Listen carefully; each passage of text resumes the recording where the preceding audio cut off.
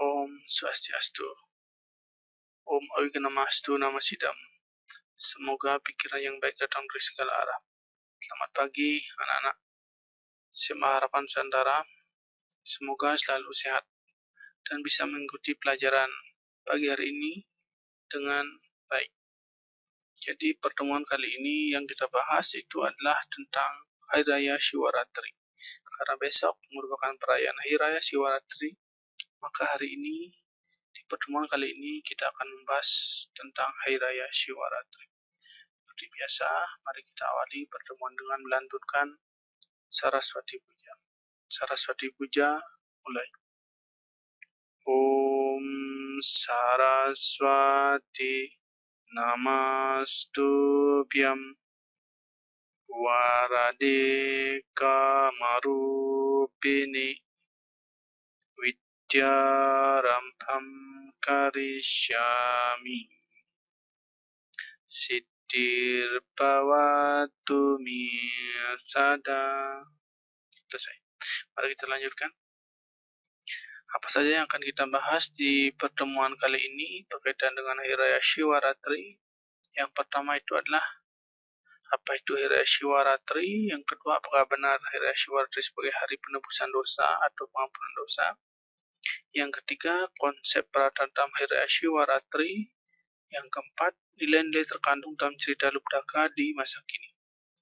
Mari kita lanjutkan yang materi pertama. Apa itu Hari Raya Shivaratri? Jadi seperti yang kita ketahui bahwa perayaan Hari Suci umat Hindu itu dibagi menjadi dua pelaksanaannya. Ada yang dihitung berdasarkan sasih dan ada yang dihitung berdasarkan paukon. Nah, Hari Raya Shivaratri adalah Hari Raya Suci umat Hindu yang dirayakan berdasarkan perhitungan sasih yang datangnya setiap setahun sekali, yakni pada hari ke-14 paruh gelap bulan Magha Palguna atau di Januari-Februari seperti yang saat ini, sehari sebelum tilam kepitu. Jadi itu sekilas tentang apa itu Hari Raya Shivaratri. Selanjutnya, apakah benar Hari Raya Shivaratri sebagai hari penebusan atau hari pengampunan dosa? Mana yang benar? Apakah penebusan dosa atau pengampunan dosa? Nah, kalau kita berbicara logis, kata-kata tebus itu berarti kita pernah menggadaikan. Jadi, namun di sini apa bisa dosa kita digadaikan? Jadi apakah yang tepat itu penebusan dosa atau pengampunan dosa? Jadi yang lebih tepat istilahnya itu adalah pengampunan dosa. Jadi di Hari Raya Shivaratri, perayaan Hari Raya Shivaratri, segala bentuk dosa yang pernah dilakukan akan diampuni sepenuhnya apabila melaksanakan apa yang diinstruksikan, apa yang tersurat dalam sastra Weda mengenai perayaan Hari Raya Shivaratri. Seperti yang dinyatakan dalam kitab Padma Purana, orang yang melakukan brata di Shivaratri memperoleh semua pahala dari semua ayatnya, tapa, dana, dan tirtayatra, serta melaksanakan brata pada Shivaratri mampu menghapuskan segala papa yang telah menyusup pada tulang sumsum pada semua reinkarnasi terdahulu. Jadi, itu luar biasa anugerah yang akan kita dapat apabila kita merayakan hari Shivaratri sesuai dengan anjuran atau sesuai dengan sastra-sastra Weda. Nah, begitu besar anugerah dari melaksanakan brata Shivaratri, hendaknya umat Hindu melakukannya dengan sungguh-sungguh. Jadi, ketika melakukan beratanya ini harus sungguh-sungguh. Menurut Mahavakya Weda yang berbunyi Manu Mulam Idam Jagat, yang artinya jagat ini adalah refleksi cerminan pikiran manusia. Jadi contoh logisnya begini. Adalah apabila manusia gembira atau bahagia, tentunya dunia yang dirasakan akan bahagia. Jadi di sekitaran kita akan merasa ikut bahagia, terasa kebahagiaan. Namun, apabila sebaliknya atau kita mengalami kesengsaraan, sakit, pasti di sekitaran kita akan terasa sakit, dunia akan terasa sakit, dunia akan merasakan sakit. Jadi itu yang dimaksud dengan manu mulam idam jagat. Nah, selanjutnya, untuk mencapai semua yang dicantumkan dalam Padma Purana tersebut, kita harus mengetahui bagaimana cara untuk mendapatkan hal-hal tersebut.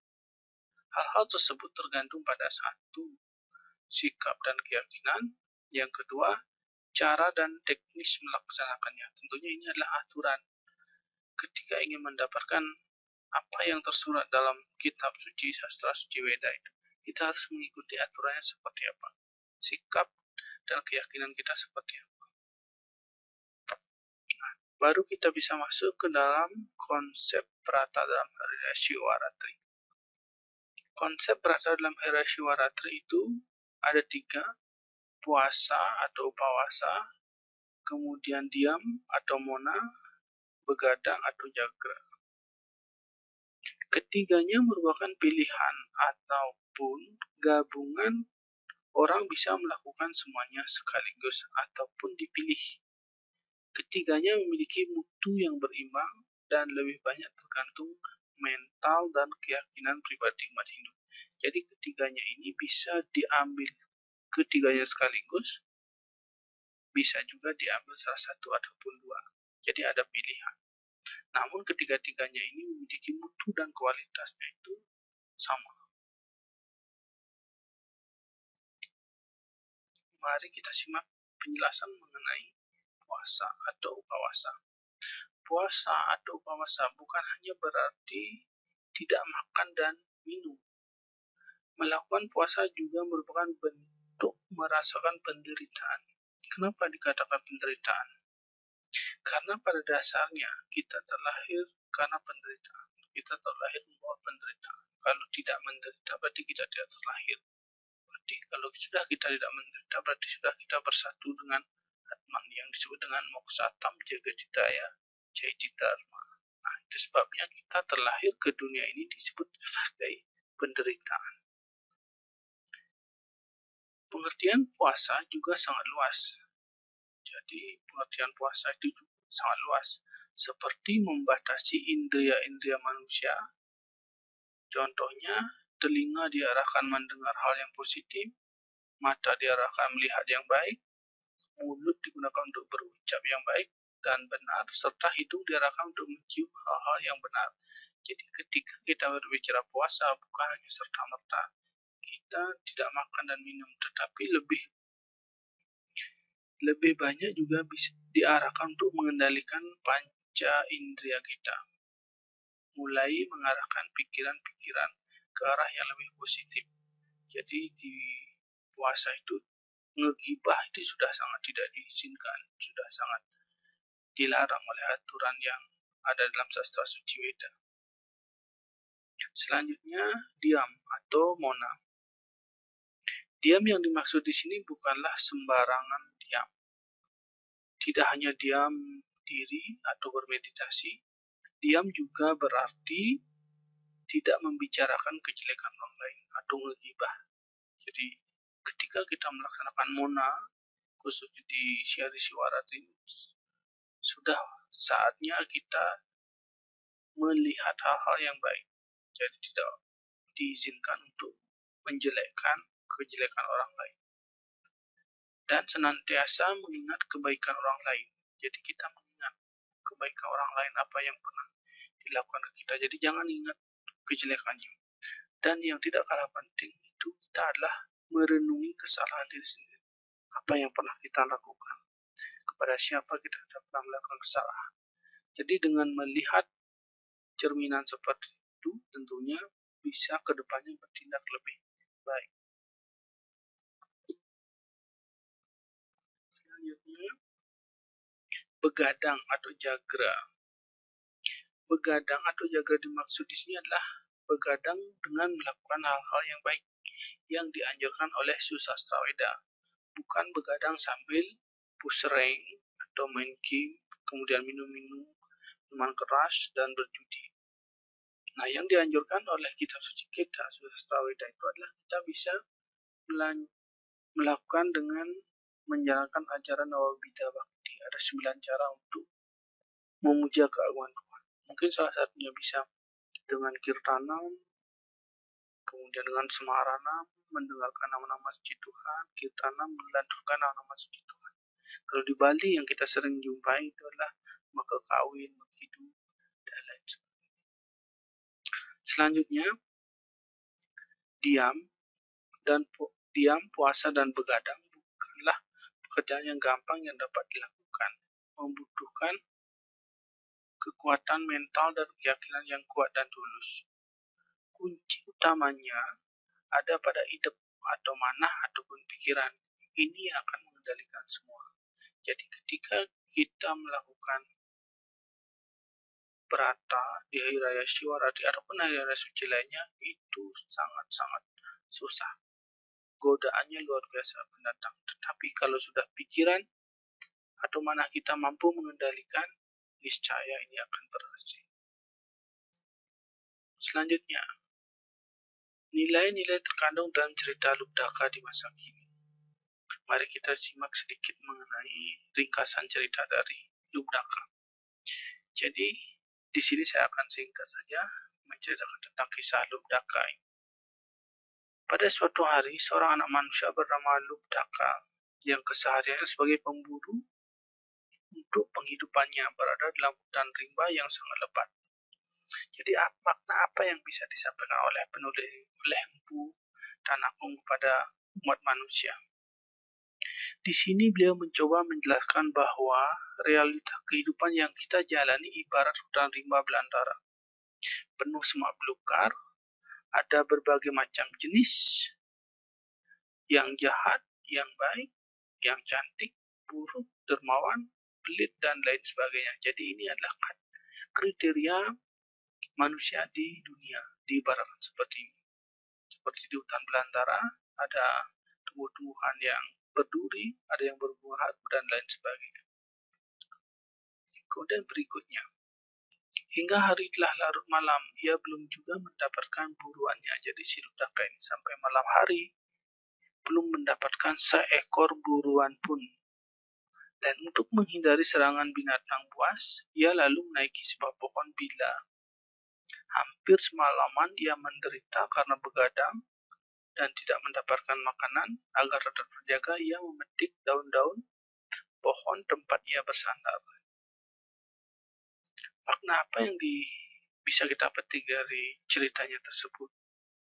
Di sini beliau atau tokoh dalam cerita ini, si Lubdaka itu menjelaskan kepada umat manusia, untuk mengarungi kehidupan ini diperlukan pengendalian diri indera kita yang begitu puas, nafsu makan, keserakahan, kemewahan, dan egoisme. Untuk itu kita perlu mengikis segala ego, lapisan-lapisan halus, ketidaksadaran satu persatu seperti memetik helai demi helai dari daun di pohon tersebut. Dengan kita meningkatkan tapa brata, kita meningkatkan dan tetap terjaga pada kesadaran, baik dengan meditasi ataupun dengan jalan lainnya. Ketika si Lubdaka memetik daun bila, dia secara tidak sadar, dia terjaga. Begitupun kondisi kita. Jadi untuk membuat kita sadar itu bisa dilakukan dengan meditasi ataupun berpuasa. Itu adalah kesadaran rohani. Hingga suatu malam ia bertemu dengan Shiva, dewa tertinggi pelebur yang sedang bertapa di sana. Jadi di fase cerita akhirnya, secara tidak langsung, tidak sengaja, si Lubdaka ketemu dengan Shiva dalam arti daun-daun yang ia petik itu jatuh mengenai lingga Shiva yang berdepan pada hari itu adalah malam atau harinya pemujaan untuk Dewa Shiva. Nah, di sini Empu Tanakung mencoba memberikan sebuah filosofi. Beliau mencoba mendapatkan dalam suatu keadaan di mana pencapaian kesadaran tertinggi Anda akan menemukan esensi diri Anda, Sang Brahman yang bersemayam dalam diri manusia. sehingga ia mendapatkan sebuah anugerah dengan pengampunan dosa.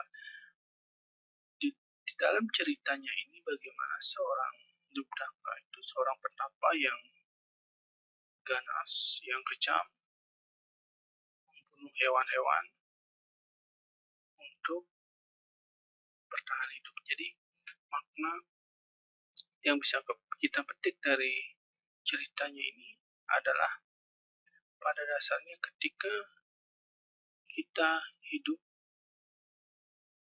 itu banyak hal yang harus kita lewati, banyak hal yang harus kita perbuat. Kita harus tetap terjaga hingga nanti kita akan bisa bertemu dengan kesadaran yang sesungguhnya, yaitu Sang Brahman yang ada di dalam diri kita yang disebut dengan Sang Atman. Jadi itu materi singkat mengenai Hari Raya Shivaratri. Mari kita akhiri pertemuan kali ini dengan doa. Om Sarve Bhavantu Sukhina Sarve Santu Niramaya Sarve Bhadrani Pashyantu Ma Kaschit Dukkha Bhavit. Om Shanti Shanti Shanti Om.